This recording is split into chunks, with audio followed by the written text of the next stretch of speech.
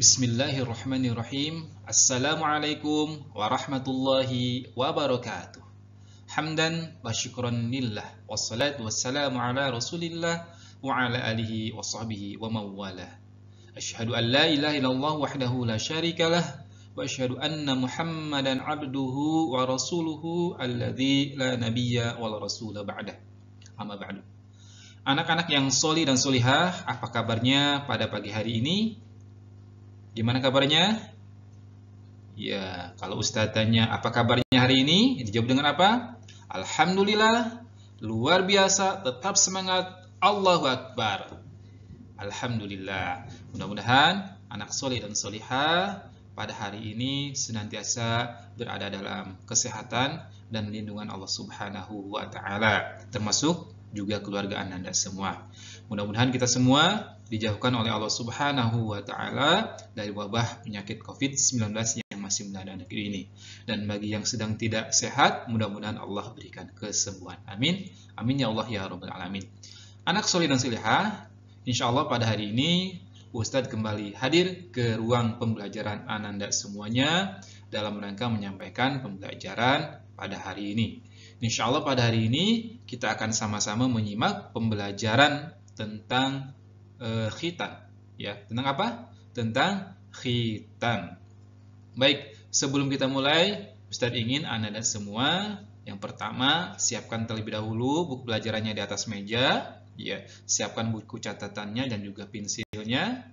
Kemudian yang kedua, kita sama-sama buka dulu dengan membaca doa. Mudah-mudahan kita semua mendapatkan ilmu yang bermanfaat dan barokah. Amin ya Allah ya Rabbal Alamin.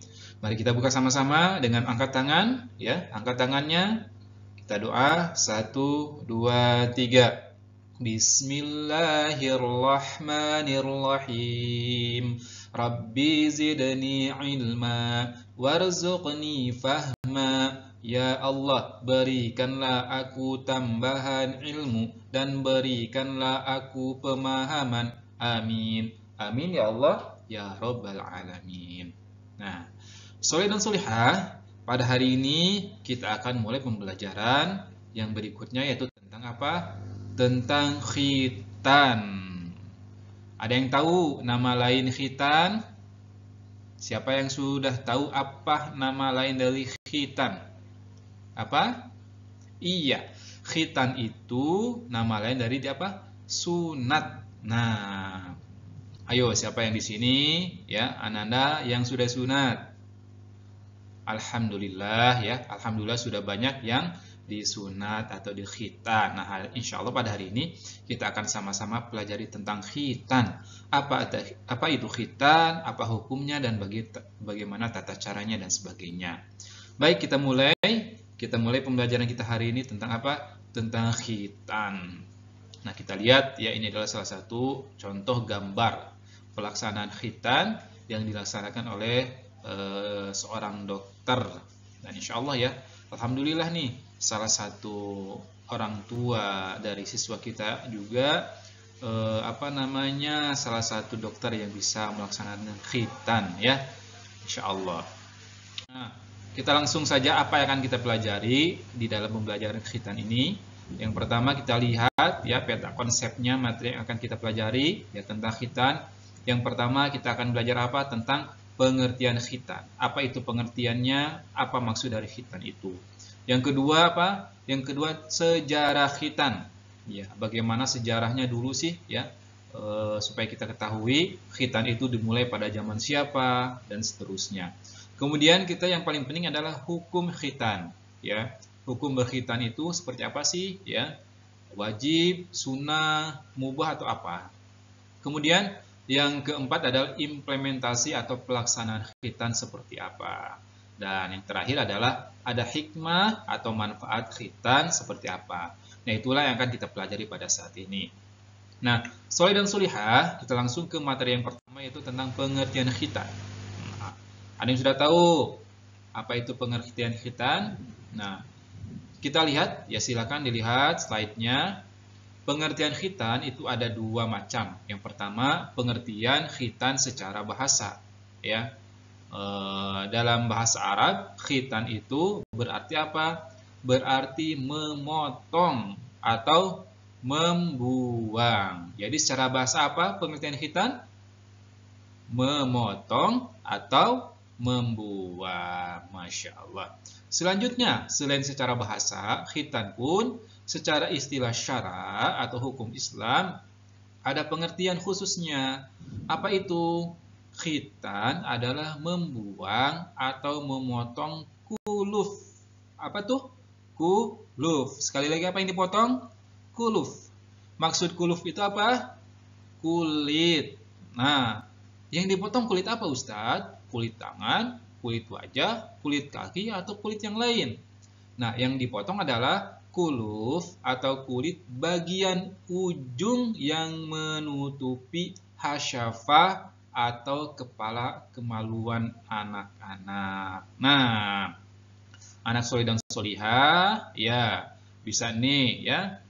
Kalau lagi mandi nanti dilihat ya, dilihat. Ya, silakan hasyafahnya itu masih ada penutup enggak bagian ujungnya kulitnya itu.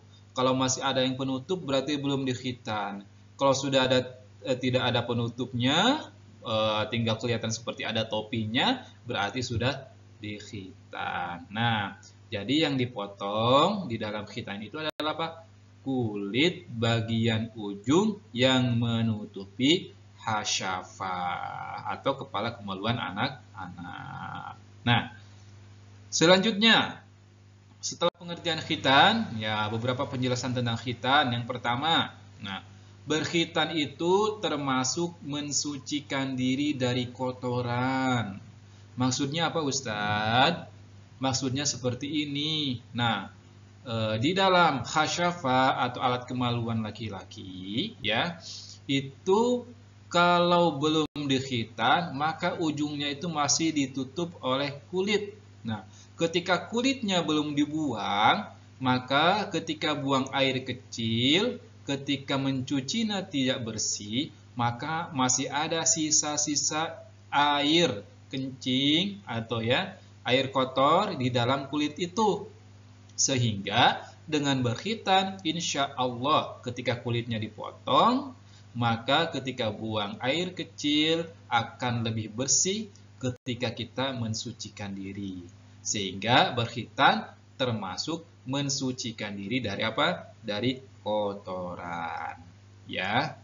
Selanjutnya, dengan memotong kulit yang menutupi kepala kemaluan, berarti menghilangkan tempat tertinggalnya sisa air kencing atau kotoran. Ya. Jadi, solih dan solihah, kalau sudah dipotong kulitnya itu insya Allah ya, maka tempat menempel sisa-sisa air kencing atau kotoran itu sudah tidak ada, sehingga insya Allah ketika mensucikan diri, ketika bebersih ya, ketika katakanlah bebersih setelah buang air kecil akan lebih bersih. Oleh sebab itulah misalnya kalau kita di kampung-kampung ya, orang tua ketika ada anak kecil yang masih belum dikhitan, biasanya masih belum diizinkan untuk masuk ke masjid. Kenapa? Karena dia belum bersih betul ya, masih ada kotoran atau air kencing yang menempel di ujung kulitnya itu, sehingga dikhawatirkan nanti anak itu dalam keadaan najis masuk ke masjid. Nah, seperti itu maksudnya. Makanya kalau mau rajin ke masjid, yuk yang belum dikhitan segera berkhitan agar kita bisa sama-sama beribadah di masjid. Selanjutnya, solih dan solihah. Nah, jika kulit tersebut tidak dibuang akan menyebabkan tidak suci. Maksudnya apa? Nah, bila tidak suci, salatnya atau ibadahnya tidak sah. Maksudnya apa? Karena di dalam Islam ada ibadah-ibadah tertentu yang mensyaratkan ada kesucian diri. Seperti sholat misalnya, maka salah satu syarat syahnya adalah suci dari hadas kecil dan hadas besar. Suci dari najis. Nah, insya Allah kalau kulit ujung hasyafah itu sudah dipotong, sudah dibuang, maka ketika sudah dibersihkan, ya bebersih, suci-suci, ya bersuci, maka akan lebih bersih. lebih suci, ya akan menjadi suci. Sehingga insya Allah salat ibadah kita sudah menjadi syah. Makanya bila tidak suci, salat ibadahnya tidak syah. Jika kulit tersebut tidak dibuang, akan menyebabkan tidak suci. Bila tidak suci, salat ibadahnya, ya, salatnya seperti ibadahnya tidak syah. Nah, selanjutnya, ya, sejarah khitan. Nah, sejarah khitan ini kita lihat sama-sama lebih cepat lagi, ya. Itu bermula pada saat apa? Pada saat zaman Nabi Ibrahim dan putranya yaitu Nabi Ismail. Jadi sejak kapan dimulainya khitan itu? Sejak zaman Nabi Ibrahim dan putranya siapa? Nabi Ismail. Ini hampir sama dengan sejarah kurban, ya. Nah, kapan mereka para nabi ini dikhitan? Kita lihat. Nabi Ibrahim dikhitan pada usia berapa? 80 tahun. Masya Allah. Kalau sekarang 80 tahun udah kakek-kakek, ya. Bagaimana mengkhitannya coba, ya? Masih empuk apa sudah lihat gitu, ya. Nah, insya Allah, ya. Makanya kemudian selama masih kecil, yuk yang belum berkhitan kita segera berkhitan. Nah, kemudian selain Nabi Ibrahim pada usia 80, putranya Nabi Ismail itu dikhitan pada usia berapa? 13 tahun, ya. Pada usia berapa? 13 tahun. Nah, kemudian kalau begitu Ustadz, Nabi kita siapa? Rasulullah Sallallahu Alaihi Wasallam, yaitu Nabi Muhammad Sallallahu Alaihi Wasallam. Kapan dikhitannya? Nih, ya. Sebelum Nabi Muhammad, sebelum Rasulullah, Nabi Ishaq, ya. Nabi Ishaq alaihissalam juga dikhitan pada usia 7 tahun, ya. Kalau Nabi Ismail pada usia 13 tahun, kalau Nabi Ishaq pada usia 7 tahun. Nah, sementara Rasulullah, ya, Nabi kita, yaitu dikhitan oleh kakeknya siapa? Abdul Muttalib. Pada usia berapa? Pada usia 7 hari, ya. Nah, selanjutnya hukum khitan. Ustadz, bagaimana sih khitan khitan itu hukumnya? Nah, kita lihat. Khitan untuk laki-laki hukumnya wajib. Kenapa wajib? Nah, tadi, ya, karena ada syarat-syarat yang harus dipenuhi ketika beribadah supaya suci dari najis. Nah, ketika khitan itu tidak dilaksanakan, maka belum bersih, belum suci, ya, benar, ya, alat kemaluannya ketika sudah buang air kecil, sehingga kemudian harus dipotong atau dibuang. Sehingga khitan untuk anak laki-laki hukumnya wajib.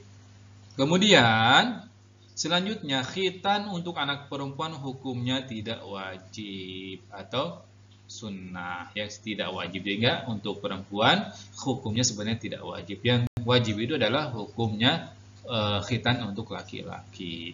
Nah, selanjutnya lanjut, ya, bagaimana pelaksanaan khitan sekarang yang harus kita lakukan, ya. Kapan sih khitan itu dilakukan? Khitan dilakukan ketika anak laki-laki mendekati masa akil balik. Masa akil balik itu apa? Masa mau balik sebelum balik atau pra balik, ya. Sehingga ketika dia sudah balik, dia sudah dalam keadaan dikhitan. Ketika Allah telah menetapkan hukum, ya, sudah mukallaf, sudah dibebani hukum, maka dia sudah siap menjalankan hukum, sehingga segala ibadahnya yang ada syarat-syarat bersih atau bersuci, dia sudah memenuhi, ya. Makanya kemudian segera dikhitan yang belum dikhitan. Pada umumnya anak laki-laki dikhitan pada usia 7 sampai 10 tahun, ya. Bisa juga sekarang pada umur 2 tahun, 3 tahun, 4 tahun boleh, ya. Tapi biasanya rata-rata pada umur 7 sampai 10 tahun. Nah, selanjutnya ketentuan perintah Allah Subhanahu wa taala untuk anak laki-laki yang sudah dikhitan menjadi wajib. Apa maksudnya? Maksudnya adalah seperti perintah sholat, ya, perintah ibadah yang lain, ya, terutama yang sudah balik, maka ketentuan perintah Allah untuk anak laki yang sudah dikhitan itu menjadi wajib. Selanjutnya, terakhir, ya, manfaat khitan. Ya. Manfaat khitan, Ya, bisa dilihat dari segi agama, bisa dilihat dari segi kebersihan dan kesehatan. Dari segi agama, khitan itu merupakan bentuk penyucian seorang muslim dari najis. Nah, khitan merupakan salah satu sarana bagi kesempurnaan agama. Dan yang ketiga, khitan memenuhi persyaratan kesucian dalam hal beribadah kepada Allah Subhanahu wa Ta'ala. Kemudian, manfaat khitan dari segi kebersihan dan kesehatan. Yang pertama, khitan merupakan cara sehat untuk mencegah berbagai macam penyakit. Khitan juga merupakan salah satu cara menjaga kebersihan. Jadi kalau dari sisi kebersihan dan kesehatan, khitan itu cara sehat untuk mencegah berbagai macam penyakit, khususnya penyakit kemaluan. Dan yang kedua, khitan merupakan salah satu cara menjaga kebersihan. Nah, soli dan solihah, itu saja dulu materi Ustadz untuk pada hari ini. Silakan dibaca kembali buku paketnya ya. Silakan kalau ada latihan-latihannya diisi, kemudian sambil dibaca kembali sehingga apa yang dijawab di dalam buku latihan itu, di lembar-lembar latihan itu bisa dijawab dengan benar. Mungkin itu saja dulu yang Ustadz bisa sampaikan pada kesempatan hari ini. Kita berjumpa lagi pada kesempatan berikutnya. Mudah-mudahan Allah senantiasa memberikan kepada kita kesehatan dan kekuatan, juga kesabaran. Amin. Ya Allah ya Rabbal Alamin. Jumpa lagi pada kesempatan berikutnya. Wal afu minkum. Wassalamualaikum warahmatullahi wabarakatuh.